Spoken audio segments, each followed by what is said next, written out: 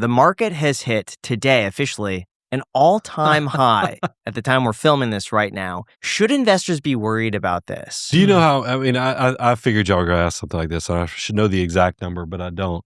You realize we've had I think it's 200 plus all-time highs this decade alone? I mean, in the 6 years. Yeah. So, I mean, when markets run through bull markets, so, and you start going up, the market's up much longer. Like bear markets typically are 11 months, but bull markets run for much longer. So you hit all-time highs over and over again. So, okay, but this chart is pretty scary. This is going viral right now on Twitter. And the caption is, only one question. Who's the exit liquidity? That's a spooky looking chart. Yeah, it is a spooky looking chart, but 1984, right? So we're looking at 40 plus years of data right there. That is the economy, though. That's what's happened. Think about where U.S. GDP is today relative to where it was in 1984, right? It's a very different thing. The pizza pie gets bigger. Should you be concerned about the market hitting all-time highs?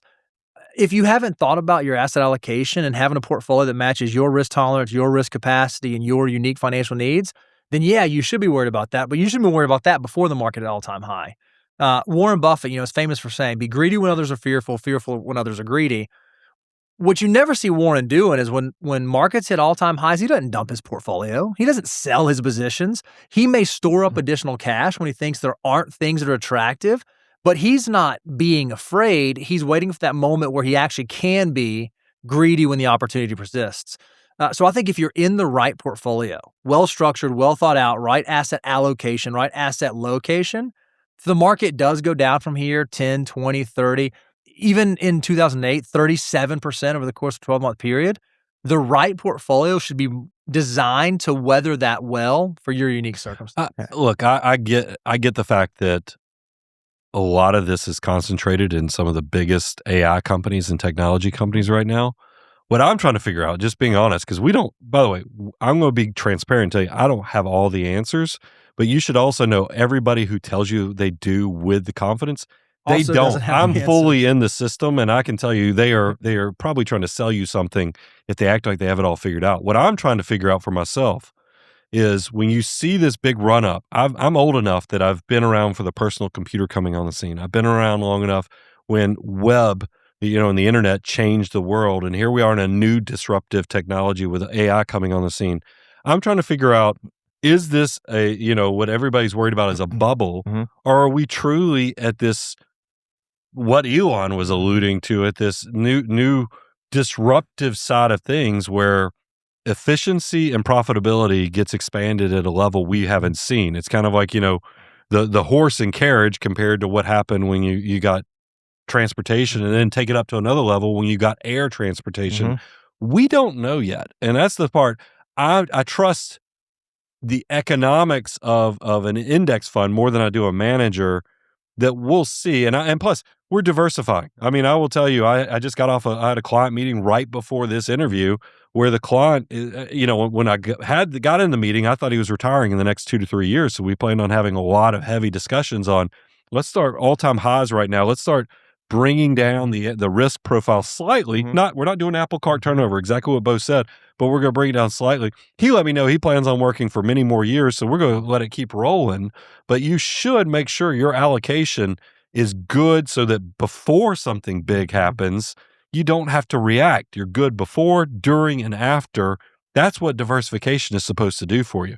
I'm always amazed that people think that they're going to do, and that's why I always pick on the VU for life. I love the S&P, but there is too much of a good thing is if you think that you're going to do this until you're 55, 60 years old, and then you're going to slam your retirement into the ground and just, you'll be okay.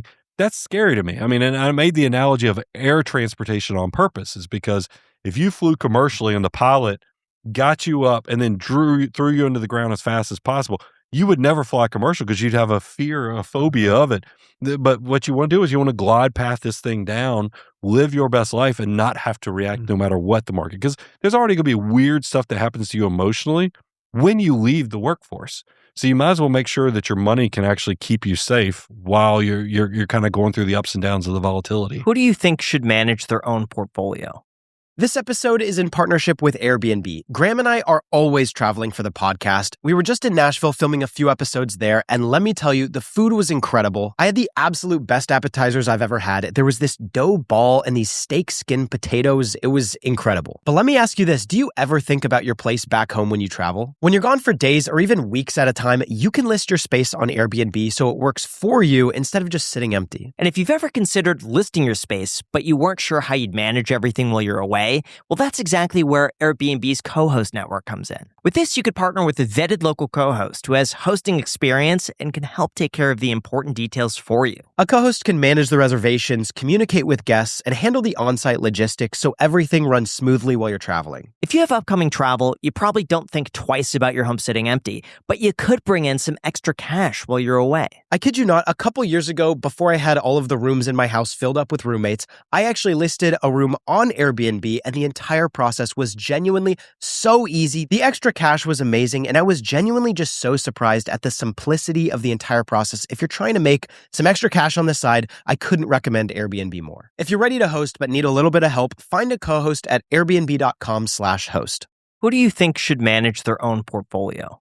I think there's a lot. A lot of people. It's really interesting. People are like, oh, well, you're a financial. Easy point. I think Jack should. Yeah. A lot of people think, oh, you guys are financial advisors. You must think that everybody should hire a financial advisor. No, not the case at all. There are a lot of people out there that are incredibly capable of managing their own portfolio. We actually say for folks that are just starting out, while you're building out in your 20s, 30s, really until your assets hit a critical mass to where complexity enters in and you have $500,000, $600,000 invested. There's so many great resources out there with YouTube channels and blogs and articles, and self-management is not that difficult. And perhaps AI is making it even easier because now you can get real-time feedback on real questions you have. Answers aren't always right, so you want to make sure you kind of understand that. I think that a lot of people can self-manage up to that point. But generally speaking, one of three things happens in your life. Either the gravity of your decisions is so great that you feel uncomfortable making the decision alone, meaning like, okay, if I make a 10% boo-boo on $10,000, it didn't change my life. If I make a 10% boo-boo on $1 million, okay, that's more significant. I don't know what I don't know. You know, my tax return used to be 2 pages long and I had my full, now I've got a different compensation structure. I have a rental property. I have all these other things going on where complexity has happened, or I'm just so busy, stuff is falling to the back burner. Meaning like, I know I'm supposed to rebalance, but I just haven't had time. Or I know I'm supposed to think about my allocation, but I haven't looked at it in 2 or 3 years. I think if any of those three things happen, that's an indication maybe I'm not at the point where I can self-manage. And a lot of times it's not even people who can't do it.